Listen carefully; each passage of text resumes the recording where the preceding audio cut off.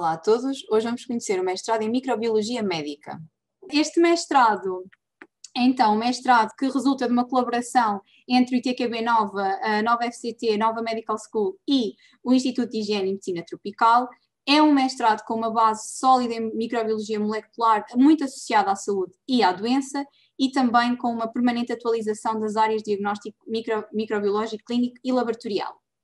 As saídas profissionais vão desde laboratórios de investigação, laboratórios de análises clínicas, hospitalares ou até mesmo indústria farmacêutica e alimentar. As candidaturas irão abrir no início de maio, estejam também atentos às nossas redes sociais, aos vossos e-mails se partilharam connosco, também para receber em primeira mão quando estas candidaturas estiverem abertas para ingressar no mestrado. Então, a nível de perfil curricular, vão poder também falar um pouco melhor sobre isso com a nossa próxima convidada a seguir, mas de uma maneira geral tem várias unidades curriculares de vários tópicos, desde a introdução à micologia médica, virologia médica, bacteriologia, imunidade, infecção, muitas opcionais também para este plano curricular maleável também que referiram, como a genómica em microbiologia médica ou mesmo mecanismo de resistência ao antibiótico, mas também ninguém melhor do que quem passou pelo mestrado para partilhar convosco como é que foi este percurso e este plano curricular, entre muitos outros pontos sobre o mestrado. Então, temos connosco hoje a Raquel Pereira para falar sobre o mestrado, que já se juntou a nós. Olá Raquel, bem-vinda.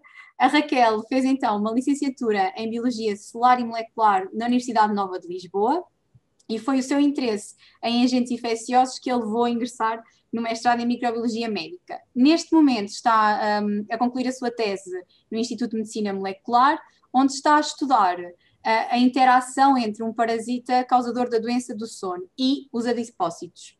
Para além da ciência, diz que tem um gosto por desafios e novas experiências, o que também a levou a participar no programa Erasmus em Barcelona. Olá, Raquel. Olá, obrigada.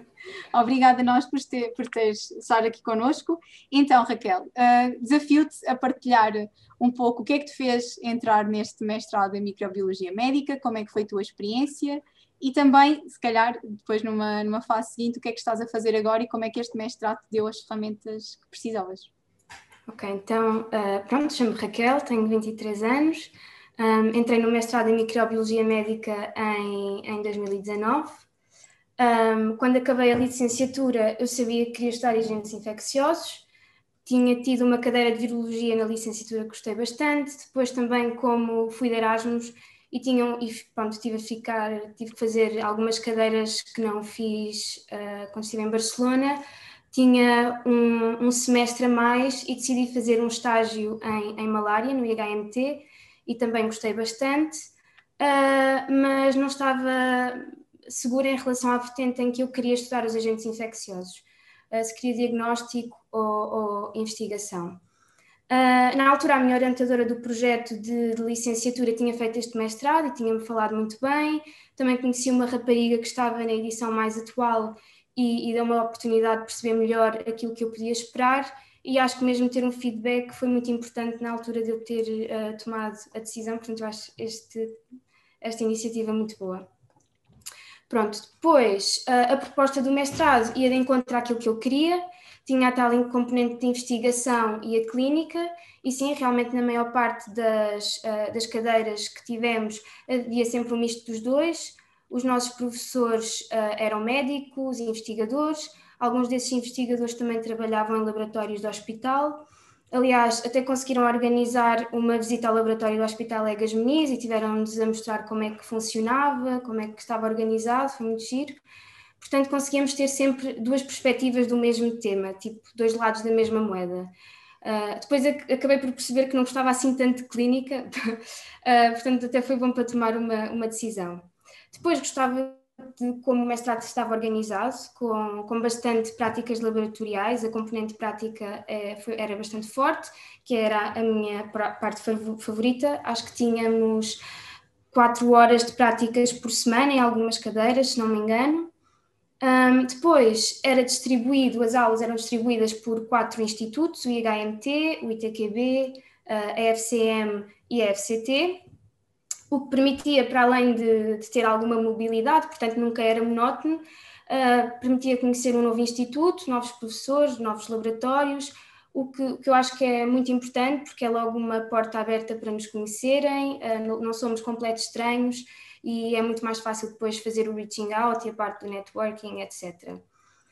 Além disso, o segundo semestre era personalizável, ou seja, dentro de uma lista de cadeiras nós podíamos escolher aquelas que nos interessavam mais e, portanto, eu podia adaptar o meu percurso, o que foi bom, porque logo no primeiro semestre eu percebi que haviam áreas que não me interessavam assim tanto e que realmente não valia a pena insistir, nem que não ia querer estar a aprender mais.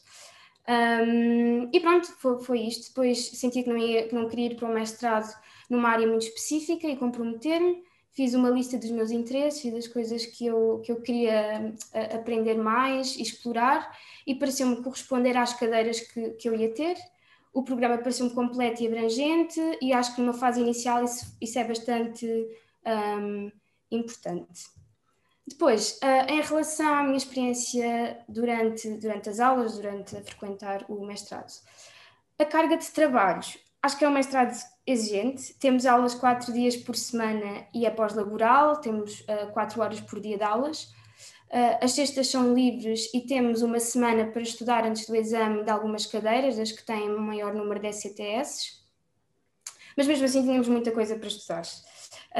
Mas eu também não sou a melhor pessoa a organizar, o método de estudo também não é o melhor, portanto isso também vai depender de pessoa para pessoa.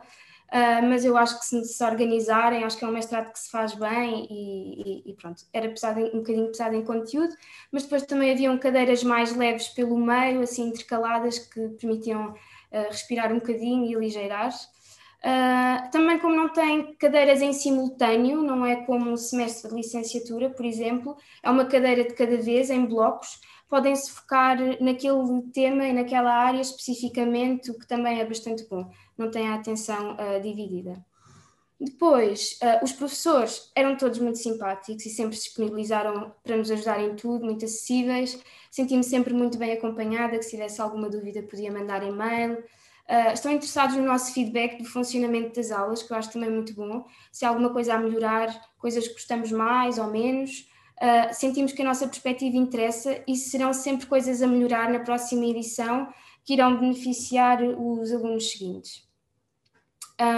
Depois, as avaliações. No primeiro semestre temos maioritariamente exames, acho que só tivemos uma apresentação em virologia, mas depois nas cadeiras de segundo semestre já há um equilíbrio entre as avaliações. Há exames e outros tipos de trabalhos, mais de pensamento crítico e de pesquisa, que eu também gosto mais. Mas pronto, no primeiro semestre eu acho que esta parte da avaliação podia estar melhor distribuída, mas também é uma preferência pessoal, porque eu sei que há pessoas que gostam mais de fazer exames e pronto. Depois, em relação a conhecimentos prévios e pessoas que vêm de diferentes backgrounds, eu não senti dificuldade em acompanhar as matérias. Nas cadeiras do primeiro semestre havia sempre uma introdução geral para garantir que estávamos todos ao mesmo nível e que íamos conseguir acompanhar as coisas que vinham a seguir, mais específicas. Nesse sentido, achei bom, porque sim, assim todos fazíamos uma revisão e as pessoas que não sabiam ficavam a saber, mas tenho a certeza que também se houver alguma coisa mais específica que não saibam, os professores estavam disponíveis para vos ajudar e mesmo os colegas, pelo menos no meu ano, dávamos todos bem.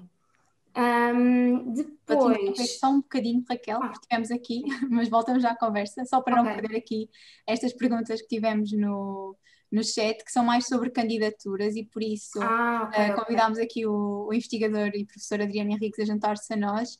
Temos aqui a pergunta da Sara Mendes, que questiona então se para a candidatura no mestrado é apenas tomada em conta a média ou se há uma entrevista, análise do currículo, e ainda a Carlota pergunta também se a candidatura pode ser feita sem a licenciatura estar terminada.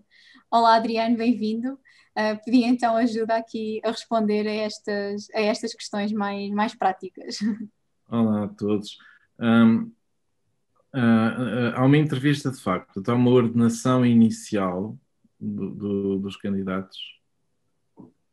Há candidatos que não cumprem os requisitos, por razões várias, a área, por exemplo, mas há uma ordenação. E do grupo final, todas as pessoas são entrevistadas, portanto, os 24, que é o número de clausos, mais uns quantos porque a entrevista pode ditar a que uma pessoa seja reconhecida como não tendo o perfil ideal, isso pode acontecer, e também porque há desistências, portanto a entrevista vale qualquer coisa, a entrevista é muito importante. E quanto ao qual era a outra pergunta, era... se Se pode... podem candidatar sem sim, licenciatura terminada. sim, pode-se, mas é preciso ter uma média provisória qualquer, é preciso apresentar uma média provisória qualquer. E não é as melhores condições para fazer a candidatura, como é óbvio. Porque as regras são essas, a gente olha primeiro para a média, não é? Não conhecemos os alunos à partida, há que haver um critério. E depois a entrevista é importante, por isso é que a entrevista é importante. E há um hiato de tempo em que normalmente as coisas se resolvem, mas eu devo dizer que há muita gente que espera um ano por este mestrado. E agora não se espera um ano, antes é que a organização era bianual, agora é todos os anos. Portanto, agora as pessoas não esperam um ano forçosamente, mas concorrem em melhores condições com a licenciatura terminada, claro. Certo? Obrigada, Adriana. Entretanto, a Joana pergunta se é possível, mas penso que sim, uma pessoa licenciada em Bioquímica entrar neste mestrado. É realmente uma área que está contemplada também. Sim, claro, sim. Aliás, há bocado ouvi dizer alguém que havia muitas disciplinas, já não sei quem foi, desculpem, mas sim, há tantas áreas, tantas disciplinas opcionais que há projetos que vão desde epidemiologia, a saúde pública, Acho que ficámos aqui com Ficou algumas aqui. dificuldades. Bem, enquanto... bioquímica pura e igual, há tudo e mais alguma coisa. Desde molecular, bactérias benéficas ou patogénicas. E o mestrado tem outra coisa boa, que é a comissão científica, por tradição, a principal, o alvo primário dos alunos para teses é o universo dos docentes que coordenam as unidades curriculares ou que participam. E, portanto, por tradição, também nós convidamos uma série de colegas e amigos que depois têm contacto com os alunos e podem ser abordados para fazer teses, mesmo não pertencendo ao grupo de docentes oficialmente pertencentes ao mestrado. Mas, para além disso, e isto é verdade noutros mestrados também, mas no nosso é um ponto de honra. Ao longo dos anos, as pessoas puderam sempre apresentar propostas coerentes, que são analisadas pela Comissão Científica nesta base, serem assuntos relevantes para a temática do mestrado, senão não faz sentido. Mas houve até quem fosse fazer o mestrado para fora do país e defendeu cá. Portanto, há uma gama de possibilidades infinita. Pronto. Obrigada, Adriane. Surgiu depois, entretanto, também alguma questão, voltaremos a chamar. Okay. Então, Raquel, temos também aqui outra pergunta da Daniela para partilhares um pouco como é que foi a tua experiência no facto do mestrado ser pós-laboral, certo? Porque falaste que o mestrado era pós-laboral. Sim, Te adaptaste bem a este regime e quais é que consideras que são as vantagens ou desvantagens deste mesmo regime? Bom, eu acho que vai depender se forem exclusivamente estudantes ou se forem trabalhadores estudantes, não é? Claro que para um trabalhador estudante, mesmo gerir o trabalho e o estudo vai ser mais complicado, independentemente de ser pós-laboral ou não. Eu era só exclusivamente estudante e eu gosto de estudar à noite, portanto eu ficava acordada até tarde e depois acordava tarde também e ia ter as aulas. Haviam pessoas que gostavam chegavam a casa, e o mestrado é das 4 às 8. Chegavam a casa, iam logo dormir e depois acordavam muito cedo no dia a seguir e estudavam. Eu acho que depois vai depender do gosto de cada um e de como cada um se vai adaptar, mas claro que nos adaptamos, sim. Não foi difícil. E depois entra-se também na rotina. Então, estavas a falar também depois da parte seguinte, não é? Mesmo da questão da tese, porque, por exemplo, tu és um destes casos, estás a fazer a tese no Instituto de Medicina Molecular, portanto, também se quiseres partilhar essa experiência connosco, força. Eu estou a fazer a tese em Ficaste, desculpa. perdemos aqui, por alguma razão ficaste mute. Ok, estás de volta. Okay. Pronto, eu estou a fazer a tese na área da parasitologia. Quando saiu a lista, haviam muitos temas, é verdade, sim, aproximadamente uns 40 temas, mas era maioritariamente na área de bacteriologia. E eu falei de que no primeiro semestre percebi que não gostava muito de algumas áreas e bactérias foi definitivamente uma delas. Portanto, quando chegou a altura de escolher a tese, eu percebi que não ia, claro que faria, ia ter o mesmo rigor se não tivesse a opção, mas para ser feliz decidi ir à procura de outra coisa fora das propostas do mestrado.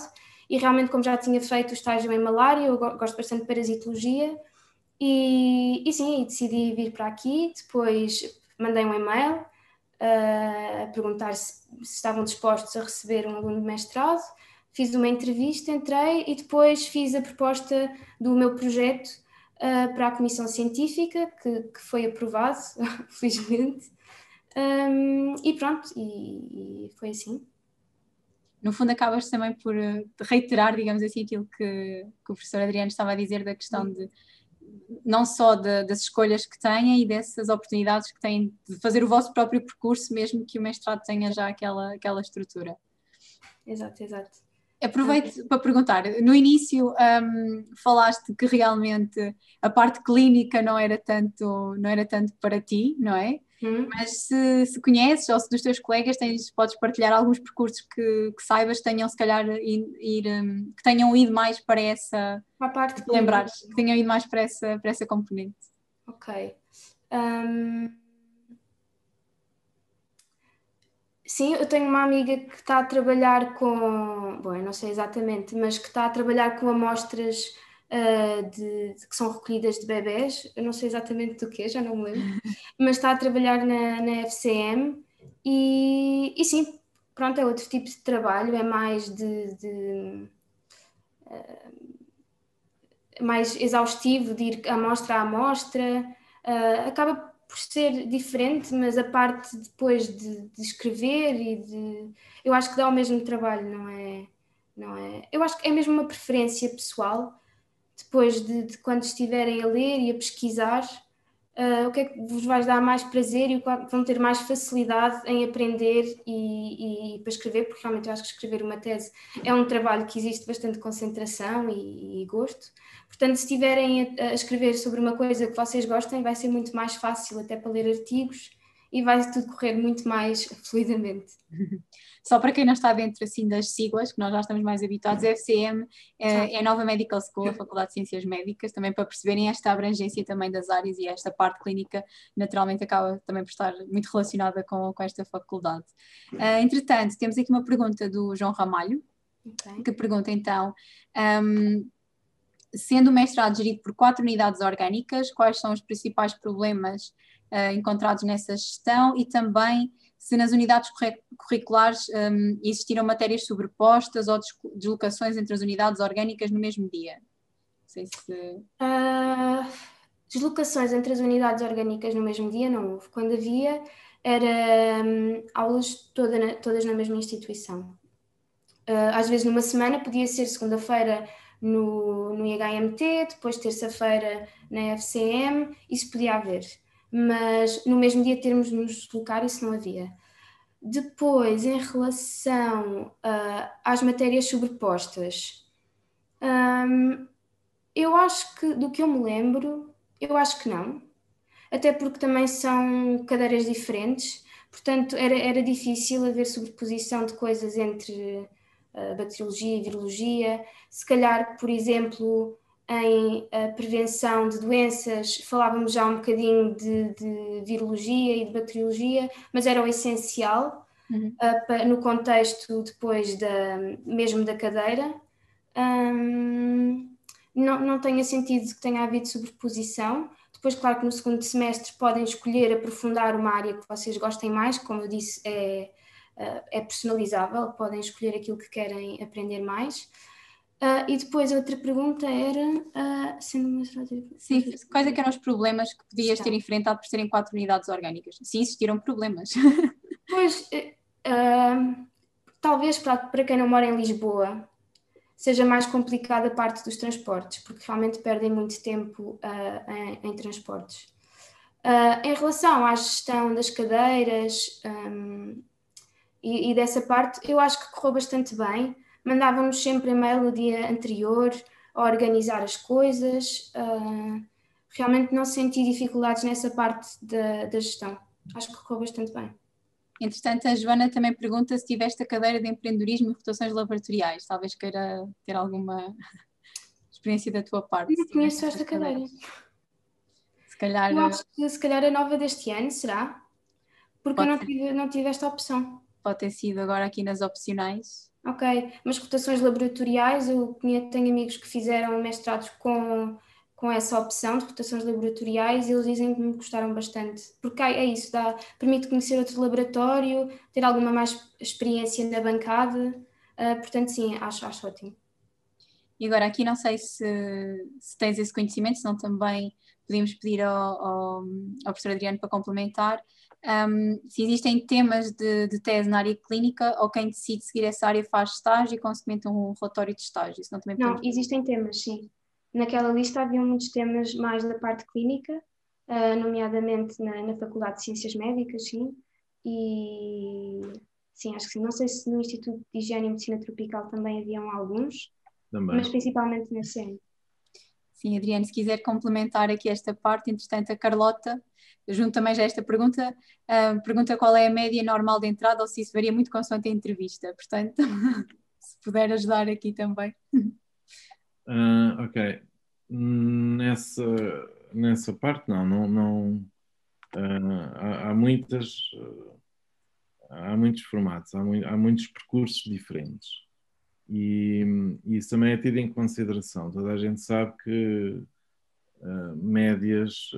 as médias variam muito de curso para curso e, portanto, isso é um facto.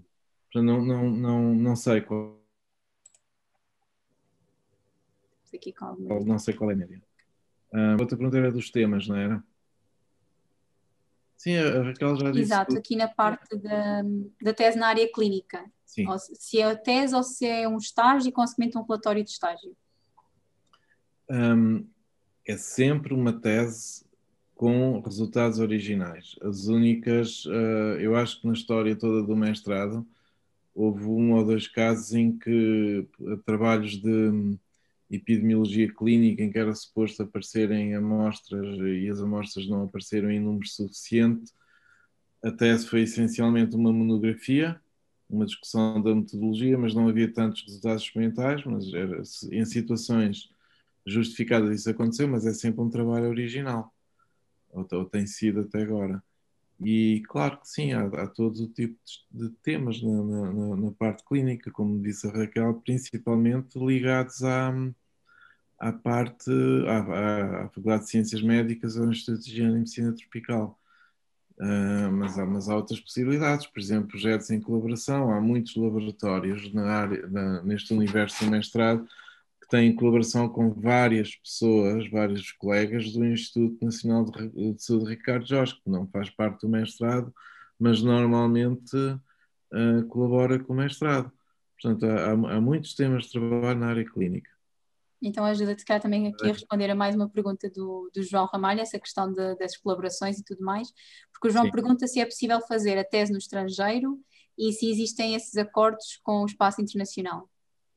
Pronto, o que eu disse é que sim, há vários exemplos de pessoas que foram para fora do país. Eu lembro de uma aluna, talvez alguns de vocês a conheçam, a Carolina Cassona, foi aluna do mestrado, depois fez o doutoramento no ITKB comigo, neste laboratório, mas fez a tese de mestrado no Imperial College,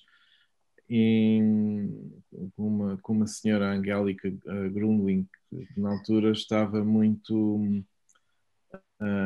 tinha um laboratório muito ativo, tinha meios de lhe pagar. Portanto, o mestrado não tem a maneira de pagar. O que o mestrado faz é, se vocês arranjarem um laboratório que tenha condições de vos receber, a comissão científica tem toda a abertura para temas fora do universo dos docentes, né, do mestrado, que façam sentido no âmbito da microbiologia médica. Mas o exemplo da Carolina lembro bem. Ela foi para um laboratório que tinha financiamento, tinha boas referências, tinha boas notas e a senhora disse-lhe que sim e pagou-lhe. Não é o mestrado que trata dessa parte. Portanto, é um contacto. Eu lembro-me também que a Carolina fez os primeiros contactos, a Angélica estava interessada, depois pediu referências. É assim que funciona, certo? Mas não, pronto, não havia bolsa para esse tipo de situações. Aliás, não há bolsas para mestrado, como vocês sabem, né? Mas existe então essa abertura, lá está, uma A questão abertura de conseguir esses ela, protocolos, claro que sim. ela Já agora, para complementar aqui nas opcionais, que estávamos aqui a falar, que perguntaram sobre a cadeira de empreendedorismo e rotações laboratoriais. Não sei se estão incluídas ou não nas opcionais ou se é realmente parte do plano curricular. Se o Adriano conseguir complementar aqui nesta questão. não são parte do plano curricular. O que eu não sei é se eu posso ir ver isso, depois vocês podem escrever, eu entretanto vou ver isso. Eu não sei se pode ser feita qualquer opção nessa área, porque essas cadeiras existem ou na reitoria ou noutras unidades orgânicas, ou na nossa própria, no ITQB. Eu não sei se os regulamentos permitem que uma cadeira seja substituída por uma nessa área, se for esse o desejo do aluno. Não me lembro como é que isso funciona, tenho que ver, mas não posso responder isso agora. Qualquer coisa depois, neste caso à Joana. Joana, se quiseres mais informações sobre essa questão das trocas das cadeiras, também entramos em contacto contigo. Tomás, querias fazer uma pergunta? Desculpe, Sr. Henriques, a minha internet foi um bocadinho abaixo e eu não ouvi bem o que disse sobre como é que é quando uma pessoa vai fazer um projeto de investigação a outra faculdade em termos de pagamento, de financiamento, quero dizer. Ou seja, neste caso, a questão de se há possibilidade de fazer a tese fora, se tem financiamento. É isso, Tomás? Sim, eu não Em ouvi, a termos de internet foi pagamento, abaixo. como? O que se passa é que é paga. Como? Não vi, mas parte da propina que é paga pelo aluno no segundo ano vai para o laboratório que o recebe, certo? Certo, É uma espécie de bens-FII. Portanto, se esse laboratório for na Universidade do Algarve, é a Universidade do Algarve que recebe a verba equivalente. ok, E pronto, é isso que acontece. Portanto, tem sido assim, tem sido assim. Essas histórias de propinas não diz respeito, quer dizer, a Comissão Científica do Mestrado pode ter uma opinião, mas são assuntos que são normalmente geridos pela reitoria, ou a reitoria delega nos diretores das unidades orgânicas. Mas historicamente tem sido assim. E era até um bom incentivo, não é? Porque pronto, o aluno aparece e leva algum dinheiro para o laboratório. Não é muito, mas é o que é. ok, obrigado. Obrigada. Entretanto, se ficarem mais questões relacionadas com este tipo de tópicos, estão à vontade também para entrar em contacto connosco. O e-mail está a ser partilhado também no chat. No YouTube, entretanto, tivemos outra questão que vou fazer-te, Raquel, porque tu já falaste ligeiramente deste assunto, mas até podes dar mais uma vez a tua perspectiva. Em relação, neste caso, à microbiologia médica, ao não gostar da vertente clínica, continua a haver vantagens a escolher este mestrado, e acho que tu consegues claramente sim, dizer sim ou não. De eu não gostar da parte clínica é uma parte importante, não é? Porque realça a importância de estudar estes micro-organismos, porque é tudo num contexto, a parte da epidemiologia, a parte da prevenção, dá assim uma perspectiva geral realmente da importância de estudar estas coisas. Portanto, sim, apesar de eu não querer estar na bancada nem a fazer uma tese sobre esta parte, acho que é extremamente importante, sim. A Joana faz aqui mais uma pergunta mais prática, mas pergunta então se as aulas são lecionadas em português ou em inglês? As aulas são lecionadas em português, sim. Foram em português. Sim. Acho que todas. Acho que não houve nenhuma lecionada em inglês. Estamos já aqui nos últimos minutos, não sei se existe mais alguma questão aqui connosco na sessão, mas de qualquer forma, se surgir mais alguma dúvida ou pergunta que tenhas, mais uma vez, reitero que estão à vontade para entrar em contacto connosco, mesmo alguma questão queiram fazer à Raquel, nós sem qualquer problema também passamos essas questões. Portanto, entretanto, Raquel, não sei se queres deixar assim umas últimas palavras como os restantes de sugestões ou como pode ser feito este processo de decisão nesta escolha do mestrado.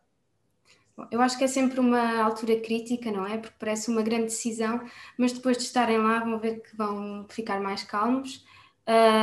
Se gostarem da área de infecção e se estão à procura de uma perspectiva abrangente, não sabem se querem mais investigação ou mais clínica, acho que é um bom mestrado, tem uma forte componente prática, portanto vão ter bastantes aulas de laboratório, onde vão aprender imenso. Os professores também são pessoas interessantíssimas, vão estar sempre disponíveis para vos ajudar. Portanto, sim, acho que é uma boa aposta para vocês. E sim, é isso.